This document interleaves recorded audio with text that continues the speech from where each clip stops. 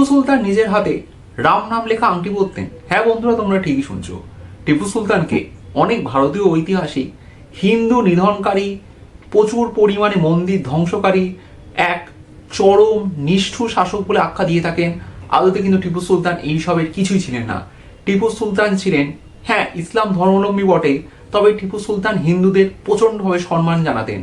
আর সেই সম্মান বশতই টিপু সুলতান নিজের হাতে রাম নাম লেখা একটি আংটি পরতেন, যেখানে রাম দেবনাগরী ভাষায় লেখা ছিল। তো বন্ধুরা, আজকের ভিডিওতে আমি বলবো যে টিপু সুলতান এই রাম নামের আংটিটির কি হলো এবং কেন এটার খোঁজ ভারতীয়রা আর রাখে না। যখন টিপু সুলতান ব্রিটিশদের সঙ্গে চরম যুদ্ধে ব্যস্ত, চতুর্থ ইং-মহীশূর যুদ্ধ হচ্ছিল, সেই যুদ্ধের দিন 4 মে 1799 সালে যখন নিজেরই সেনাপতি মীর সাদাকের বিশ্বাসঘাতকতায় টিপু সুলতান ব্রিটিশের হাতে ধরা পড়েন, তখন British general Arthur Wellesley Tipu সুলতানকে নির্মমভাবে হত্যা করেছিল।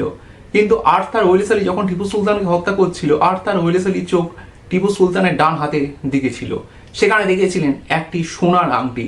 আর্থার ওয়েলেসলি অত্যন্ত বিচক্ষণ মানুষ ছিলেন। তিনি বুঝে গেছিলেন যে এই সোনার আংটিটার দাম বহু মূল্য হবে। তিনি তৎক্ষণাৎ 41.2 গ্রামের রাম নাম লেখা সোনার আংটিটি টিপু সুলতানের ডান হাত থেকে খুলে নেন এবং খুলে নিয়ে তিনি এটা ইংল্যান্ডে নিয়ে গিয়েছিলেন। ইংল্যান্ডে গিয়ে আর্থার ওয়েলেসলি তার নাতনি এমিলি ওয়েলেসলিকে এই আংটিটি তার বিবাহের স্বরূপ গিফট করেছিলেন।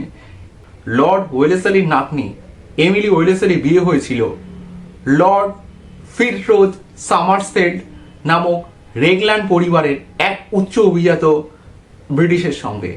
তো ফলস্বরূপ টিপু সুলতানের রাম নামের আংটিটি এই রেগল্যান্ড ফ্যামিলিতে বহু বছর থেকে যায়। এরপর আমরা এই আংটির ব্যাপারে কখন জানতে পারি? রেগল্যান্ড ফ্যামিলি হঠাৎ করে সিদ্ধান্ত নেয় তারা এই আংটিটি ব্রিটিশ মিউজিয়ামকে দিয়ে দেবে। এরপর আবার এই আংটির ব্যাপারে আমরা জানতে পারি 2014 সালে মে মাসে একটি অকশনের মাধ্যমে। এই অকশনটাও সম্ভবত ইংল্যান্ডেই হচ্ছিল। সেখানে টিপু সুলতান এই আংটিকে নিলামে তোলা হয়েছিল। আংটিটির মূল্য ধার্য করা হয়েছিল প্রায় 1 কোটি টাকা।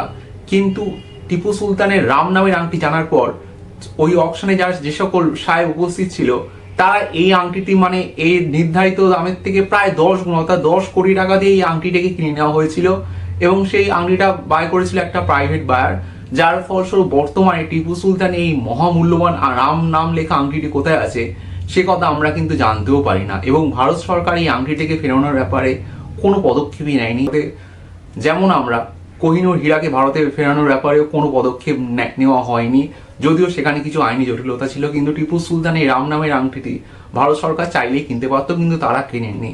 তো বন্ধুরা, আমি এই ভিডিওটা বানাতে চাইছিলাম একটা উদ্দেশ্যে, যে টিপু সুলতান যে ধর্মান্ধ ছিলেন না, তিনি নির্বিচারে হিন্দুদের হত্যা করেননি।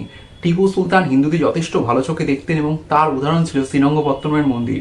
এমনকি শ্রীরঙ্গপত্তমের মন্দিরে গেলে এমন অনেক পূজার সামগ্রী, যেমন আরতি করার অনেক দামি দামি জিনিসপত্র পাওয়া যায়, সোনা জিনিসপত্র পাওয়া যায়, যেগুলো টিপু সুলতান দান করেছিলেন এবং অনেকগুলোতেই টিপু সুলতান নিজের নামও লেখা আছে।